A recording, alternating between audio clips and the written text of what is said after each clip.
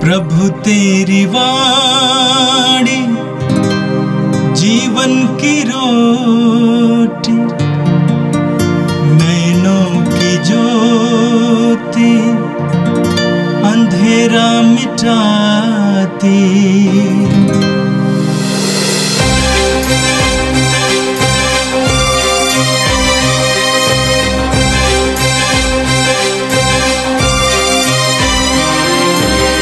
प्रभु तेरी वाणी जीवन की रोटी, नैनों की ज्योति अंधेरा मिटाती।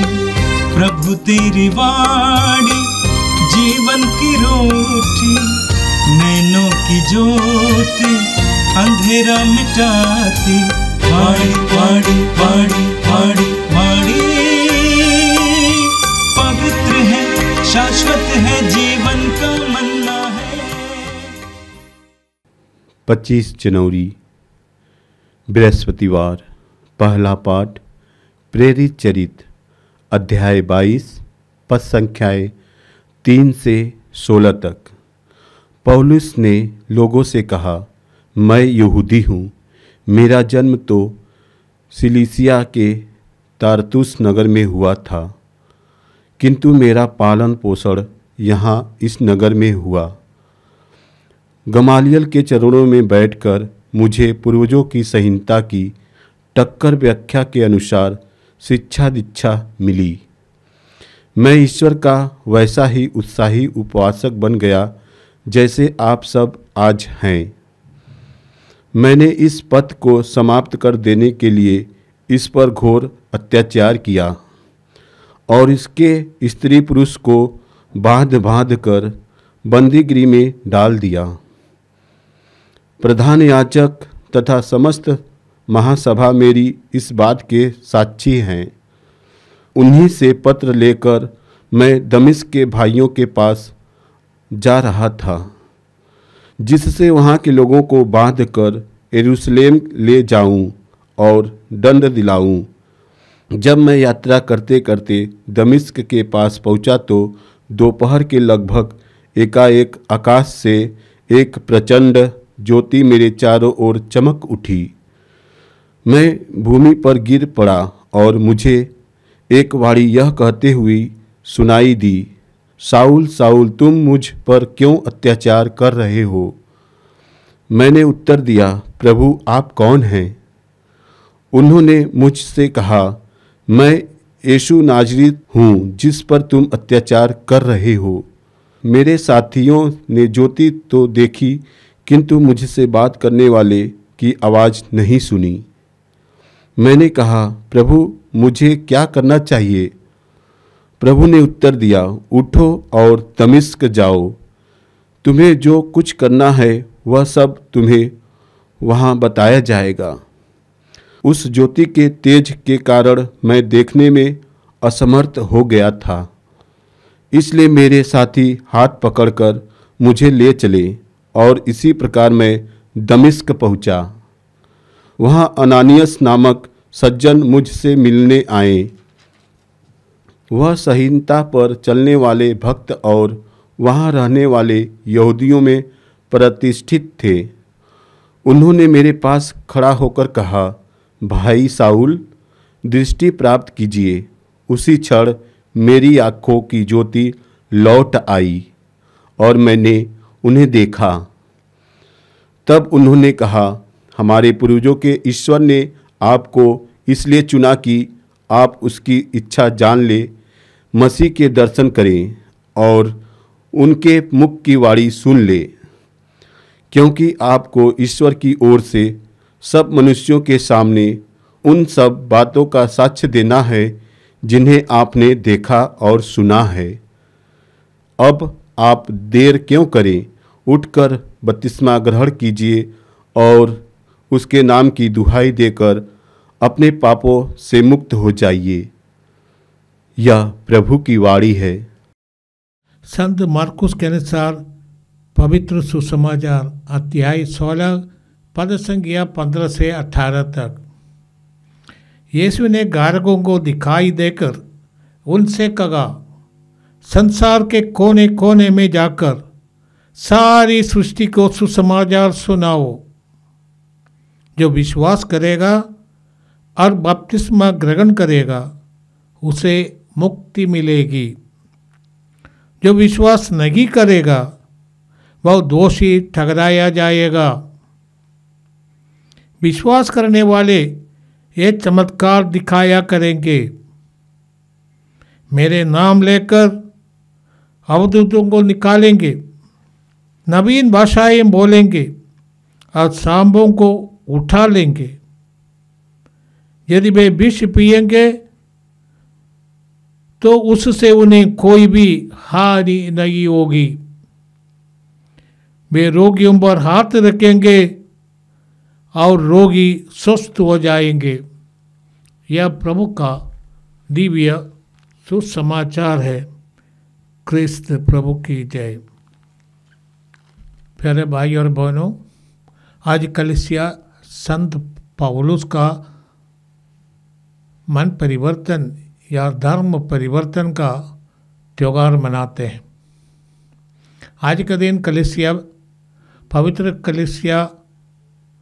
कलीसियाओं की एकता के लिए प्रार्थना का दिन है, अंतिम दिन है। बीते 8 दिनों से कलीसिया ये प्रार्थना कर रही थी कि हम सब एक हो जाए। कलीसिया में एकता ये प्रभु यीशु के सानिध्य का एक प्रमाण है। यदि भी कई कलीसिया हैं, विशेष करके अपोस्टोलिक सक्सेशन जो स्लाइगी प्रभु के 12 शिष्यों से जुड़े कलीसिया है, कैथोलिक चर्च और ऑर्थोडॉक्स चर्चेस, इस सब में एकता की बहुत ज़रूरी है। आइए हम अपनी प्रार्थना जारी रखें कि हम लोग सहयोग दें, प्रभु का साक्ष्य दे सके। आज पौलुस का मन परिवर्तन का त्योहार मनाया जाता है। पौलुस अपने बारे में लिखते हैं, कहते हैं प्रेरितों का कार्यकलाप में अध्याय 22 में पौलुस यरूशलेम में भाषण देते हुए ये कहते हैं, मैं यहूदी हूँ, मेरा जन्म किलिकिया के तारसुस नगर में हुआ था, किंतु मेरा पालन पोषण यहाँ माने यरूशलेम में इस नगर में हुआ। गमालियल के चरणों में बैठकर मुझे पूर्वजों की संगीता की कट्टर व्याख्या के अनुसार शिक्षा दीक्षा मिली। मैं ईश्वर का वैसा ही उत्साही उपासक था जैसे आज आप सब हैं, क्योंकि प्रभु यीशु ने अननिया से कहा था, पौलुस मेरा कृपा पात्र है, वह गैर यहूदियों तथा राजाओं और इस्राएलियों के बीच मेरे नाम की घोषणा करेंगे। मेरे लिए वो गवाह बनेगा। मैंने उसको चुना है। और इस बात को मानकर ये चले जाते हैं। पौलुस के ऊपर हाथ रखकर प्रार्थना करते पौलुस को दृष्टि प्राप्त होती है। इसके बाद तुरंत पौलुस दमिश्क में ही यीशु का सुसमाचार की घोषणा करने के लगे और साक्ष्य देने लगे। दमिश्क के गैर विश्वासी लोग माने यहूदी लोग उनको मार डालना चाहता था। पौलुस घोषणा करते थे कि यीशु ईश्वर का पुत्र है। सब सुनने वाले ने स्वयं पूछा कि क्या वह नहीं है जो यरूशलेम में यीशु के दुहाई देने वालों को मिटाने का प्रयत्न करता था और जगह पर भी उनको समाप्त करने के लिए आया था।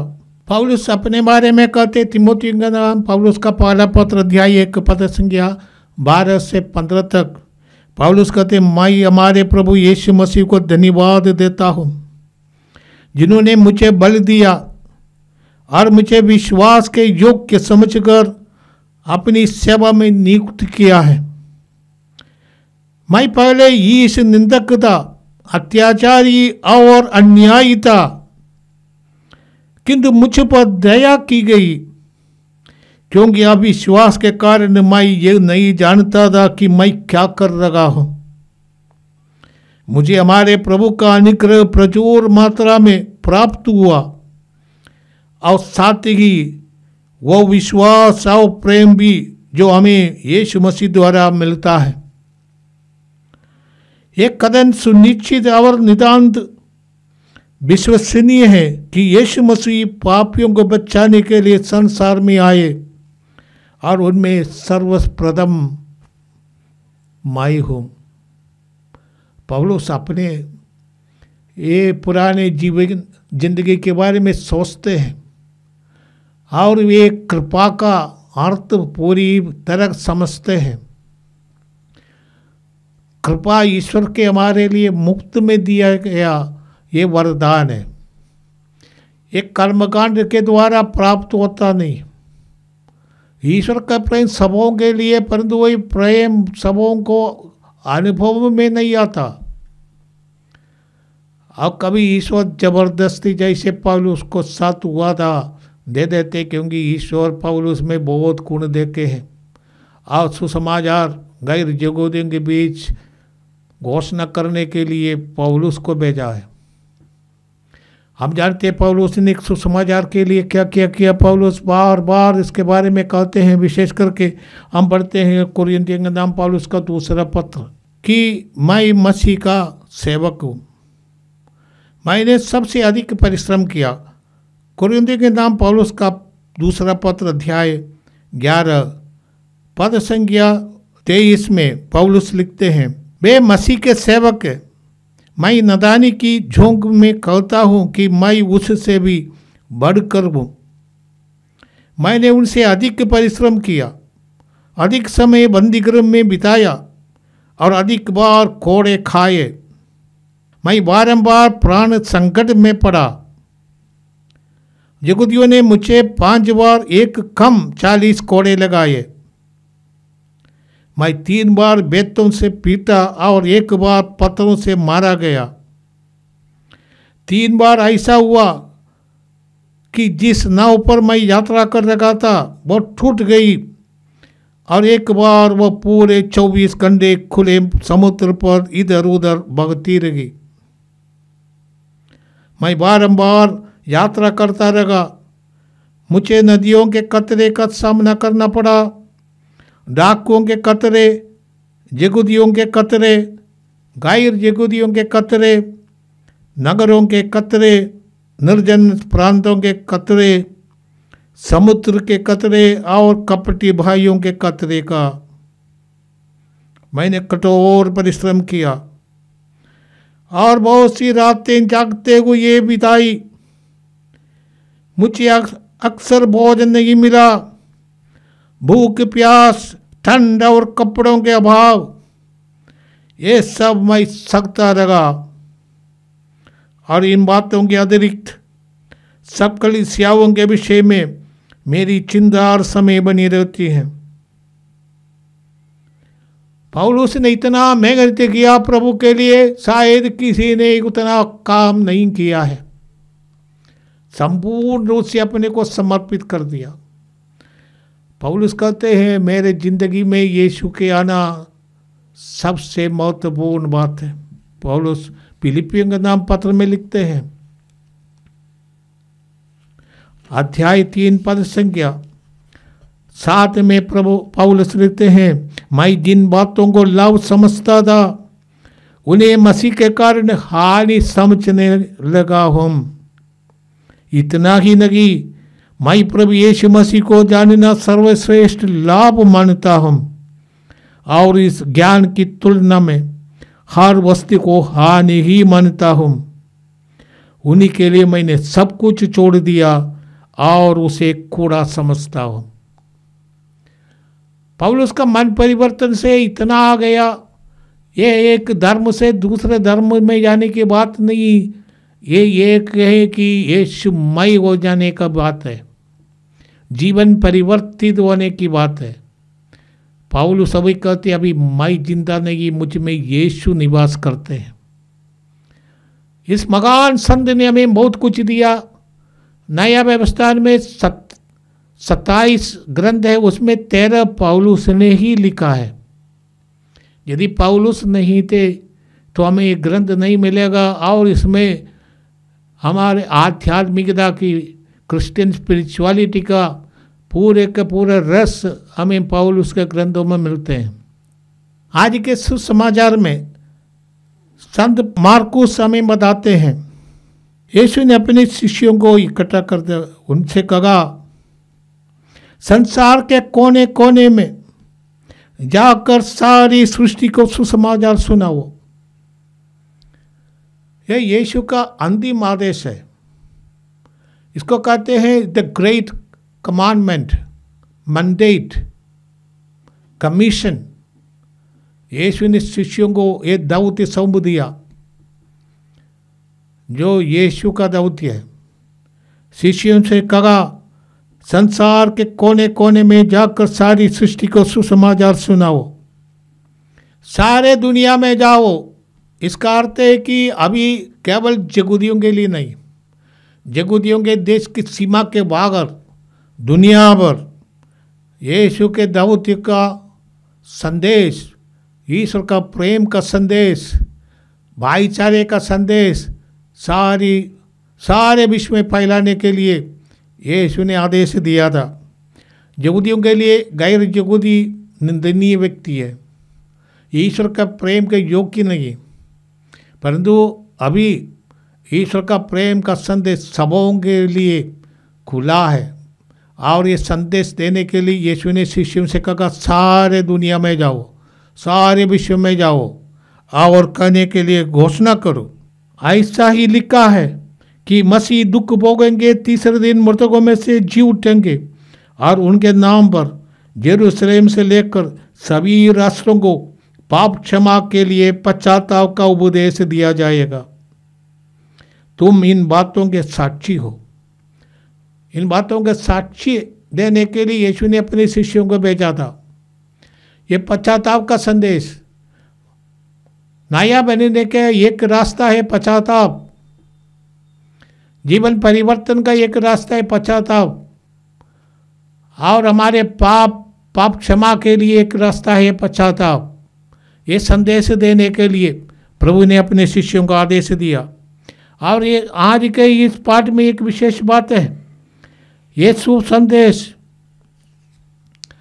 आज के सुसमाचार में विशेष बात यही है कि ये सुसंदेश सारी सृष्टि को देना,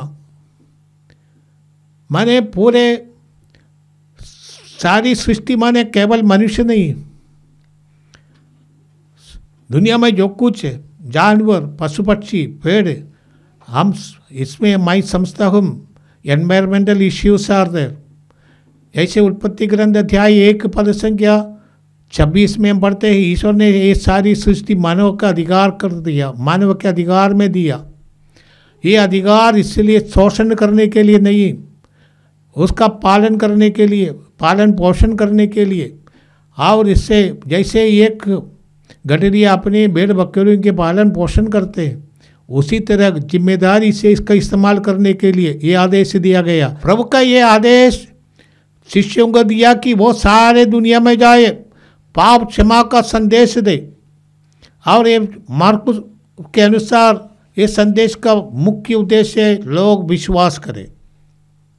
विश्वास करने वाले एक चमत्कार दिखाएंगे।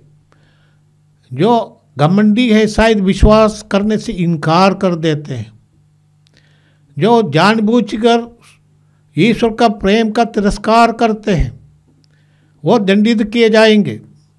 परंतु जो जानबूझकर विश्वासी बनते हैं, माने ईश्वर का प्रेम पर विश्वास करने वाला, यीशु के माध्यम से जो संदेश उन्हें मिला उसको ग्रहण करने वाला, उनके जीवन में ये चमत्कार होंगे। ये चमत्कार केवल प्रमाणित करता है कि हम जो संदेश ग्रहण किया है वो सही है। आइए हम प्रार्थना करें। हे प्रभु, हम तुझे धन्यवाद देते हैं। संत पौलुस के लिए हम धन्यवाद देते हैं। पौलुस पूरी कलीसिया को इतना प्रेम किया और उसने सब कुछ छोड़कर कलीसिया के विश्वासियों के सेवा में लगाया। हम धन्यवाद देते हैं प्रभु सारे कलीसिया के लिए। आज हम प्रार्थना का अंतिम दिन है कलीसिया की एकता के लिए। सब विश्वासी एक हो जाए और प्रभु की सेवा में लोगों की सेवा में लग जाए। हे प्रभु तू हमारा विश्वास बढ़ा, हमारे विश्वास में जो कमी है तो उसको पूरा कर। हम पूर्ण रूप से यीशु के लिए समर्पित हो जाए, पूरे दिल मन लगाकर हम सेवा में लग जाए। ये प्रभु संत पौलुस हमारे लिए एक आदर्श है, हमारे लिए प्रेरणादायक एक व्यक्ति है, और उनके मन परिवर्तन का दिवस हमारे लिए भी मन परिवर्तन का दिवस बन जाए। हमें नया बना दे, हमें नई सृष्टि बना दे, हमें आत्मा का अभिषेक दे, ताकि हम पूर्ण मन से यीशु की सेवा में लग जाए। ये प्रार्थना करते हैं हमारे प्रभु क्रिस्त के द्वारा, आमीन। प्रभु तेरी वाणी जीवन की रोटी, नैनों की ज्योति अंधेरा मिटाती। वाणी वाणी वाणी वाणी वाणी